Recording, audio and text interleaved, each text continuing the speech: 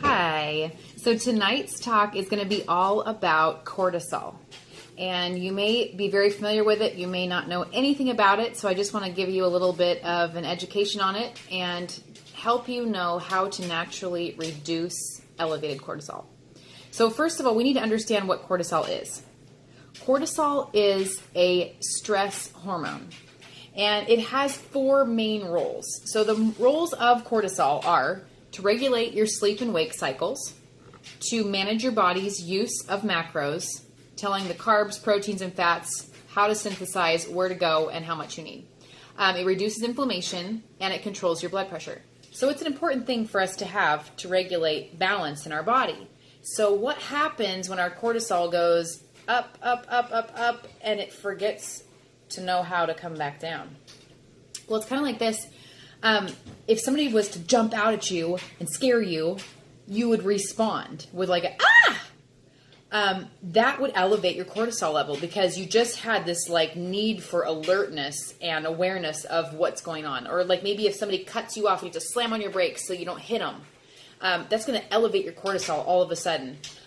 It's really important for us to have the stress response so that we can react in times of need. But over time, we can get ourselves into this terrible habit of our cortisol always being high and everything being received like it's a 4-alarm fire. And it freaks people out because it starts messing with all of your cycles. It messes with your sleep cycle. It messes with your weight. It messes with just your mental clarity. It does so many awful things. So I want to talk about just some of the symptoms of elevated cortisol so you can know and see if you have it. Number 1, high blood pressure. Number 2, muscle weakness. 3, increased thirst. Frequent urination. Mood swings. Rapid weight gain. Osteoporosis. Chronic bruises or stretch marks. Decreased sex drive. Irregular or ceased menstrual cycle. And then on the flip side, if you have low cortisol from whatever issue, you're fatigued, dizzy, you have weight loss, you also have mood swings, you get weird spots on your skin, and you have low blood pressure. We want to figure out a way to regulate our cortisol so that it works as it should. So I want to give you some good natural tips that you can apply to try to reduce this. So first of all, it's all about finding balance. It's kind of like I talk about fasting all the time. And so we have to have a balance between our feasting and our fasting. We can't just always be fasting and we can't always be feasting. One or the other is going to run away with our weight or kill us. So we have to be balanced, okay? So it's really important that we figure out this balance. And it's like with stress. You have to figure out what's causing the stress and what can I do to reduce it. So how can we create that balance? I mean, we certainly can't just quit our jobs and run off to the country and live in a serene land with no problems. That's not practical. So we have to figure out ways to naturally cope with the stress in our lives so that these elevated levels can come down. So I want to give you some natural ways to combat your elevated cortisol. First of all, you need to identify the stress in your life. So if you have something that you already know off the top of your head immediately comes to mind when I say the word stress, address it. If it is something that you have any ability to change, maybe just cutting back on or stepping away from for a time or whatever it is, if you have the potential to change it, do something about it. If you're in a situation where you know it's causing stress, but right now you just can't do anything about it, I'm going to talk to you about other things you can do that will help to lower the stress. Number 1, like I've talked to you about many times, eating a low-carb diet, that will help you greatly. Pairing that with periods of fasting will help you even more. Certain foods and certain nutrients have been really shown to aid in lowering cortisol. So a couple of those are, number 1, you'll love this one, dark chocolate. Now, dark chocolate, I'm not just talking like chocolate chips and like Hershey's. I'm talking actual like 85% cacao or higher chocolate bars. So they're not going to be like, they're probably ones that you consider are only used for baking. But believe me, if you try them and you are adhering to a low-carb diet, you're eventually going to grow to like them because even my kids like get super excited for a cacao bar. So give them a try.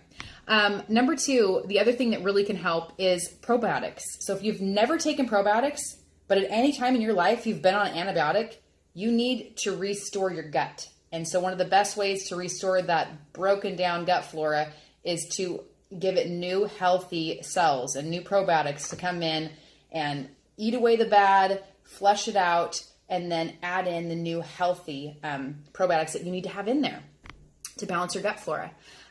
The other thing you can do is green tea and then your omega-3s. So eating things like chia seeds, flax seeds, hemp seeds, all of those things have really high amounts of omega-3s, and they will really help to lower the cortisol. So aside from your food, sleep. And I did a whole talk on sleep, but obviously you probably already know this. I guarantee if you're a person that has elevated cortisol, you're like, well, no kidding. I sleep terrible. And I've been there, so I feel for you, and I'm very sorry that you're struggling with that right now. But I want to talk to you about a couple of techniques you can do to help yourself sleep better. Obviously, number one would be to cut out all electronics a minimum of 30 minutes before you go to bed. So this is phones, TVs. If you have a TV in your bedroom or a phone in your bedroom, honestly, they're not good for you, especially like if they're on and active. Like cell phones, like if you're going to keep your cell phone next to your bed because you use it like for an alarm, put it on airplane mode when you go to sleep. You do not need that radiation coming into your room and disturbing your sleep. TVs, even if you think, well, it's just there, if you have it playing at all before you go to bed, it is going to affect your sleep. So I just really recommend stay completely away from TV for at least 30 minutes before you go to bed.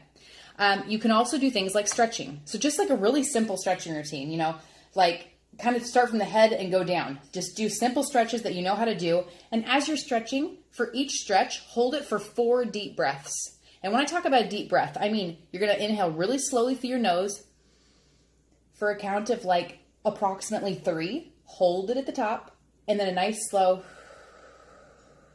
exhale. You kind of purse your lips so that a little bit of air just slowly seeps out your mouth. Once you're finished with your stretching, go ahead and get into bed. At this point, I really recommend getting a book to read.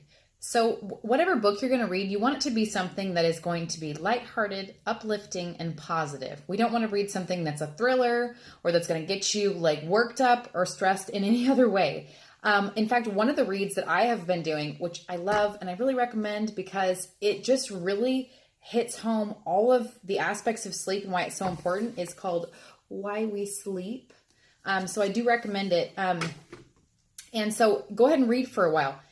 Maybe you'll read and get tired. I mean, because we all at some point in your life, I'm sure, have read and been like, I'm starting to doze off. That's great. If you doze off while you're reading the book, let it fall. Go to sleep. Awesome. If you get done reading, let's say you read for maybe 15 minutes, okay? And then you're done reading. The very last thing you want to do is, I really recommend journaling. So, you know, get a journal, get a new journal, and I want you to write down at least one thing every single day, every evening, that you're thankful for in your life. Because let's be honest, we are extremely blessed. We all have more than one thing, if not thousands of things. The last thing you'll do after you've written down what you're thankful for and journaled is, I really recommend, if you're still feeling like I'm not tired, I just don't know if I can sleep, lay in bed and you want to take your pointer finger and your thumb. So both like this. So as you're laying, it's kind of like the little guy on Lion King that's up there. But as you're laying there, you want to actually press really firmly your pointer and your thumb. And these are actually pressure points that as you hold them tight and you breathe deeply, like we talked about, they will actually help your body to just completely relax. And eventually you won't be pinching anymore and your hands will just be loose and you'll be asleep. So give those a try. The next thing I recommend for lowering cortisol is find yourself a healthy hobby. Something that is going to make you active and engaging with other people's lives. So it could be cycling, it could be sewing, gardening, weightlifting. I don't care what it is, just a healthy hobby. Next, listen to music. Listen to something that is uplifting and positive. Music has a really strong power on us. So listen to music and let that just kind of calm and sink in. The other thing is avoid, a lot of you know this already, but avoid caffeine after 2 p.m. There's lots of studies that prove that it really can just mess with your sleep cycle. So avoid that. Next, maintain a good routine. So it's really recommended, as tough as it is, because I know we live super busy lives, It's really recommended to try to always have your going to bed time and your waking time within an hour of each other. So if your normal like work week is you get up at 6 every day, on your weekend, you shouldn't sleep past 7 unless your body's like super tired and it's just letting it. But as much as you can, try to keep those same routines within an hour and see what happens. The next one is it's recommended to get a pet. So just having a pet can help to reduce your cortisol because number one, you're thinking of somebody other than yourself, and pets can be very loving and give you a sense of purpose and like you're needed. And so it can just be a good way to help you just kind of calm down because you have something else that's distracting you and that's an enjoyment in your life.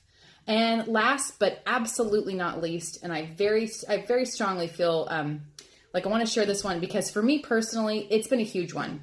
And that is to pray, because we have so many things that weigh us down and that cause our stress to elevate, and we can't always do something about it, but we can express our concerns, our worries, our thoughts, our cares, our burdens to God, and just give it to Him. Let Him carry your burden for you. Let Him know that you're freaking out. Let Him know what's going on.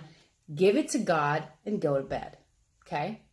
I really hope these things helped you. I hope you can get a good control on your cortisol. If you absolutely need to take something for it because none of this works, ashwagandha has proven to be a great natural remedy to also help lower those cortisol levels. So if you're on medications, you can certainly talk to your doctor first to make sure that it's not going to cause any effect on those. But I just highly recommend you try these things out. Let me know how they work. If you haven't, please subscribe to my channel, Casey Relane, right down below. And you can follow me on Facebook and Instagram under the same name. Have an awesome night.